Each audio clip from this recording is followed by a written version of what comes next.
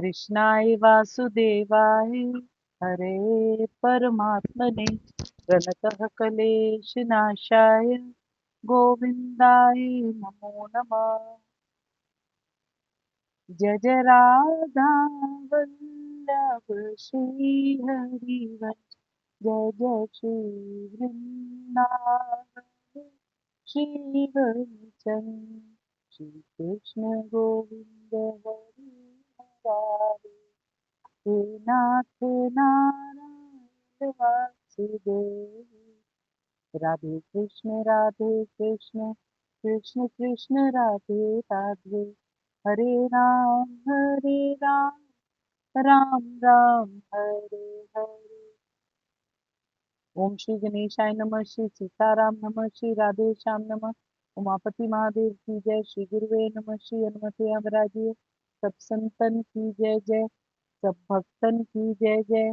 जय जय सीताराम जय जय राधे श्याम। श्री हरिवंश श्री हरिवंश श्री हरिवंश। नारायण अखिल अखिल गुरु भगवन नमस्ते। वंदे नवघन श्यामं विभुजं मुरलीधरं लसत्पीठपटं रम्यं सराधं पुरुषोत्तमं गोवर्धनाधरं वन्दे गोपालं गोपरूपिणं गोकुलो उत्सवम् ईशानं गोविन्दं गोपिकाप्रियं। जय जय श्री मुरारी जय जय श्री मुरारी। निर्माण मोहाजित संग दोषा अध्यात्म नित्या विनिवृत्त कामा द्वंद्वैर्विमुक्ता सुख दुख संज्ञे गच्छन्ति मूढ़ा पदमव्यतत। आज की वार्ता श्री जी के चरणों में भगवान श्री कृष्ण के चरणों में बार बार प्रणाम करते हुए आज की वार्ता प्रिय प्रभु और सदगुरु महाराज के चरणों में निवेदन करते हुए मैं आगे बढ़ती। श्लोक संख्या नंबर 16 हमने कल किया था, जिसके अंदर हमने बात करी थी क्षर और अक्षर के बारे में। क्षर मतलब पेरिशेबल, टेम्पररी, जो नाशवान है। अक्षर मतलब अविनाशी, जो इटर्नल है, मतलब आत्मा। कल हमने पराशक्ति और अपराशक्ति के बारे में भी बात करी थी। अपराशक्ति जो माया है, जो दिखती है, जो बदलती है, जो विनाशी है, और पराशक्ति जो लिमिटलेस है, अल्टीमेट रियलिटी। फिर हमने अधिभूत के बारे में भी बात करी थी। अधिभूत वो है जो हमें आसपास दिखाई देता है, फिजिकल रेल। और आध्यात्म के बारे में भी बात करी थी, जो हमारी आत्मा है या हमारी सोल। अविनाशी पेड़ के बारे में भी बात करी थी। ये सारा वो कुछ बता रहे हैं जो भगवान जी पिछले 5-6 चैप्टर्स के अंदर बता चुके हैं। कोई ना कोई तरीके से वो आत्मा परमात्मा का डिफरेंस बता रहे हैं, और वो साथ में शरीर, आत्मा और परमात्मा का जो लिंक है वो भी बता रहे हैं। अविनाशी पेड़ जो उल्टा टंगा हुआ है, जिसको विरक्ति के भाव से काटा जा सकता है, और जीव चेतन आत्मा जो इस शरीर में बैठी है। श्लोक संख्या नंबर 17। इन दोनों से उत्तम पुरुष तो अन्य ही है, जो तीनों लोकों में प्रवेश करके सबका धारण पोषण करता है, एवं अविनाशी परमेश्वर और परमात्मा इस प्रकार कहा गया है। किन दोनों से अलग? आत्मा से और शरीर से अलग। वो कह रहे इन दोनों से उत्तम पुरुष तो अन्य ही है, जो तीनों लोकों में प्रवेश करके सबका धारण पोषण करता है, एवं अविनाशी परमेश्वर और परमात्मा इस प्रकार कहा गया है। इन दोनों के अतिरिक्त एक परम पुरुष परमात्मा है, जो साक्षात अविनाशी भगवान है, और जो तीनों लोकों में प्रवेश करके उसका पालन कर रहा है। असंख्य जीवों के नियंता, असंख्य जीवों के नियंता, जिनमें से कुछ जीव बद्ध हैं, कुछ जीव मुक्त हैं, एक परम पुरुष है जो परमात्मा के नाम से जाना जाता है। उपनिषद उनके बारे में क्या बोलती है? नित्यो नित्यानाम चेतन सचेतनानाम, बद्ध तथा मुक्त दोनों प्रकार के जीवों में एक परम पुरुष भगवान होता है, जो उन सब का पालन करता है और उन्हें उनके कर्मों के अनुसार भोग की सुविधा भी प्रदान करता है, और बाकी जो उनका कर्म चक्कर है वो भी देता है। वो भगवान परमात्मा रूप में सबके हृदय में बैठा है। वो परमात्मा सबके हृदय में स्थित है। जो बुद्धिमान व्यक्ति इस ज्ञान को समझ लेता है, परमात्मा को समझ सकता है, वही पूर्ण शांति का लाभ प्राप्त कर सकता है, अन्य कोई नहीं। इसी वजह से जो बड़े बड़े भक्त थे, सिद्ध पुरुष थे, मीराबाई, और वो हर सिचुएशन में खुश रहते थे, क्योंकि उनके अंदर उनको परम शांति का एहसास था। वो परमात्मा को महसूस कर चुके थे, परम शांति को प्राप्त कर चुके थे।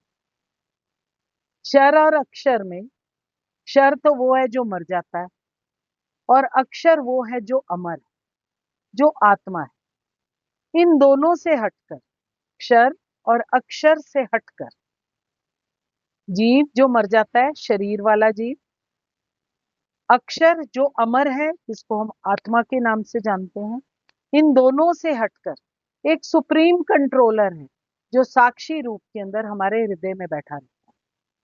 उसको हम परमात्मा कहते हैं। वो अविनाशी है। हमारी आत्मा परमात्मा का एक अंश है। भगवान तीनों लोक में प्रवेश कर लेते हैं, सब प्राणियों का भरण पोषण करते हैं। पृथ्वी, अंतरिक्ष, स्वर्ग भगवान जी के चैतन्य बल से चलते हैं। परमात्मा सबको जिंदा रखते हैं, सब में प्राण फूंक देते हैं, तभी ये सृष्टि चल रही है, वरना ये सृष्टि चल नहीं सकती।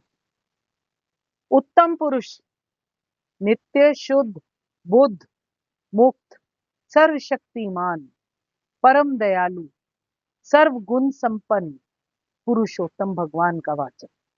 उत्तम पुरुष शुद्ध बुद्ध नित्य परम दयालु सर्वशक्तिमान मुक्त सर्वगुण संपन्न पुरुषोत्तम भगवान जी का वाचक।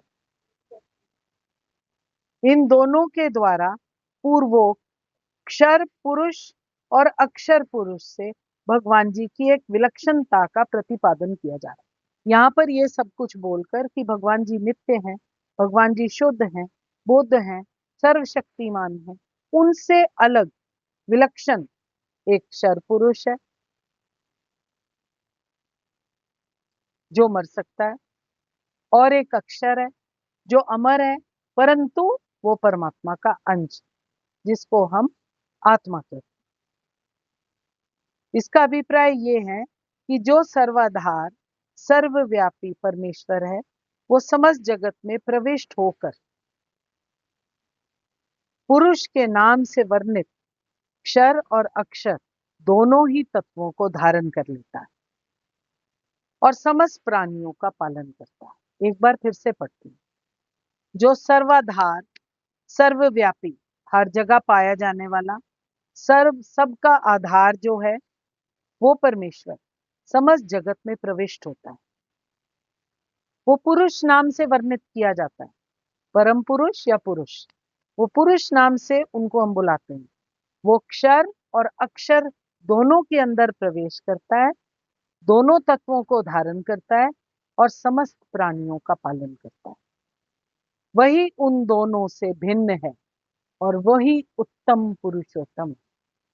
परमात्मा अविनाशी है, हर चर अचर वस्तु में प्रवेश करके उनको जीवित और पोषित कर डालते हैं, उसको उपयोगी बना देते हैं, तीनों लोकों में प्राण भर देते हैं। उनकी चेतन शक्ति से ही हम सारे रिस्पॉन्ड करते हैं, सबको वो जिंदा रखते हैं। हमारे अंदर आत्मा रूप में है, बाहर जो है वो हर जगह परमात्मा रूप में। अभिप्राय ये है कि तीनों लोकों में प्रविष्ट रहकर उनके नाश होने पर भी कभी कष्ट नहीं होता, सदा ही निर्विकार और एक रस रहती। तथा जो क्षर और अक्षर है, इन दोनों के वो नियामक हैं, उनके स्वामी हैं। वो सर्वशक्तिमान हमारे ईश्वर हैं, जो गुणातीत हैं, शुद्ध हैं, सबकी आत्मा है, वही परमात्मा हमारे पुरुषोत्तम, जिनको हम पुरुषोत्तम के नाम से जानते हैं। सब पुरुषों में उत्तम, सबसे श्रेष्ठ, भिन्न, उत्तम पुरुषोत्तम। क्षर, अक्षर और ईश्वर, इन तीनों तत्वों का वर्णन यहाँ पर इस प्रकार किया गया। प्रधान यानी प्रकृति का नाम क्षर के नाम से जाना जाता है। प्रधान यानी प्रकृति का नाम क्षर के नाम से जाना जाता है, जो टेम्पररी है, हर समय चेंजिंग है, जो खत्म हो जाएगी। माया, जिसको हम देख सकते हैं, जो हर समय बदलती रहती है, उसको हम क्षर के नाम से जानते हैं, या भगवान जी की अपराशक्ति के नाम से जानते हैं। उसका भोक्ता अविनाशी आत्मा का नाम अक्षर है। प्रकृति को कौन भोग रहा है? तीन गुणों को कौन भोग रहा है? तीन गुणों के दायरे में कौन व्यतीत कर रहा है अपना सारा कार्यकल्प? वो कौन है? वो हमारी आत्मा है, जिसको हम अक्षर के नाम से जानते हैं। अक्षर क्यों? माया अक्षर है जो खत्म होने वाली है, ये अक्षर है, इसका मतलब ये अविनाशी है, कभी खत्म नहीं होगी। इसीलिए आत्मा भी परमात्मा के समान अविनाशी है। अविनाशी है, परंतु एक अंतर है आत्मा और परमात्मा में। आत्मा तीन गुणों से इन्फ्लुएंस है। आत्मा प्रकृति के अंदर काम करती है, पर है अविनाशी। वो शरीर के अंदर रहकर ही ऑपरेट कर सकती है। आत्मा को शरीर की आवश्यकता है ऑपरेट करने के लिए, और अगर शरीर नहीं होगा तो आत्मा उड़ जाएगी, और जब आत्मा उड़ जाएगी तो वो परमात्मा बन जाएगी। वो परमात्मा का अंश है, पर वो हर शरीर में जाकर रहती है, प्रकृति के तीन गुणों को भोगती है, और वापस अपनी जर्नीज पूरी करके कर्म चक्कर को खत्म कर कर परमात्मा से जा मिलती है। प्रकृति और आत्मा, इन दोनों का शासन एक जना करता है। वो देव, वो पुरुषोत्तम कहलाया जाता है। प्रकृति और आत्मा, इन दोनों का शासन कौन करता है? वो देव, जिसको हम पुरुषोत्तम कहते हैं, वो करता है। पुरुषोत्तम इनको बोला। वो व्यक्ति जो अनंत कोटि ब्रह्मांडों का स्वामी है, जो अर्जुन का सारथी बन बैठा, वो हमारा शासन करता है। वो व्यक्ति जो अनंत लक्ष्मियों का स्वामी है, जो माखन को चुरा रहा है, वो हमारी आत्मा और प्रकृति का शासन करता है। वो व्यक्ति जो द्वारकाधीश है, जो सुदामा के चरण प्रक्षालन कर रहा है, वो प्रकृति और आत्मा का पुरुषोत्तम है। वो व्यक्ति जो सर्वशक्तिमान है, जो अपनी माँ के प्रेम के धागों से बंधा है, वो प्रकृति और आत्मा दोनों का शासन करता है, वो पुरुषोत्तम है। उनसे ज्यादा कौन विरक्त हो सकता है? हम संसार में कुछ भी बनाते हैं तो उसे नियंत्रण करने की कोशिश में लगे रहते हैं, एड़ी चोटी का जोर लगा देते हैं। इसके लिए श्री कृष्ण ने संसार बनाया, पुरुषोत्तम ने संसार बनाया, पुरुषोत्तम ने प्रकृति बनाई, पुरुषोत्तम ने आत्मा बनाई, और उसको रचने के बाद उन सबको छोड़ दिया, साक्षी रूप में साइड होकर बैठ गए। इससे ज्यादा कौन विरक्त हो सकता है?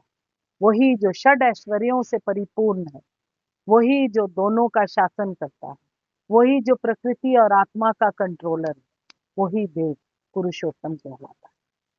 कृष्णाय वासुदेवाय हरे परमात्मने प्रणतकलेशनाशाय गोविंदाय नमो नमः।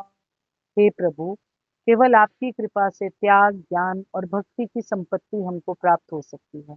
जन कल्याण का पथ मिल सकता है, जीवन का लक्ष्य प्राप्त हो सकता है। मैं अनपढ़ अल्पज्ञ इस गहन विषय को छूने का साहस नहीं कर सकती थी, इतनी क्षमता ही नहीं है मेरी। इसमें जो त्रुटियां, हल्कापन और कमियां हैं, वो मेरी अल्पज्ञता, मेरी अपात्रता के कारण है। विज्ञजन मुझे नासमझ जानकर क्षमा कर दीजिएगा।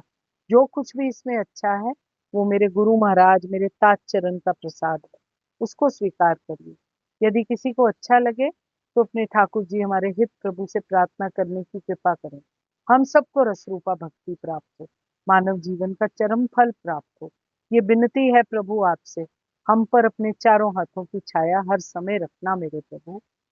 आज की वार्ता श्री जी के चरणों में निवेदन करते हुए महाराज जी के श्री चरणों में प्रणाम करते हुए, आपके हृदय भाव प्रभु मेरे हित प्रभु को नमन करते हुए, सब सो हित निष्काम मति श्री वृंदावन विश्राम, श्री राधा वल्लभ लाल को हृदय ध्यान मुख नाम, तनि राखे सत्संग में मनी प्रेम रस भेद, सुख चाहत हरिवंशित कृष्ण कल्प तरु से, निकसे कुंठाड़े भय भुजा परस्पर अंश, श्री राधा वल्लभ मुख कमल निर्थे नैन हरिवन, रसना कटो जु अनरतो निर्थे अनपुटो नैन, चवन फुटो जु अनसुन बिन राधा यस्तैन।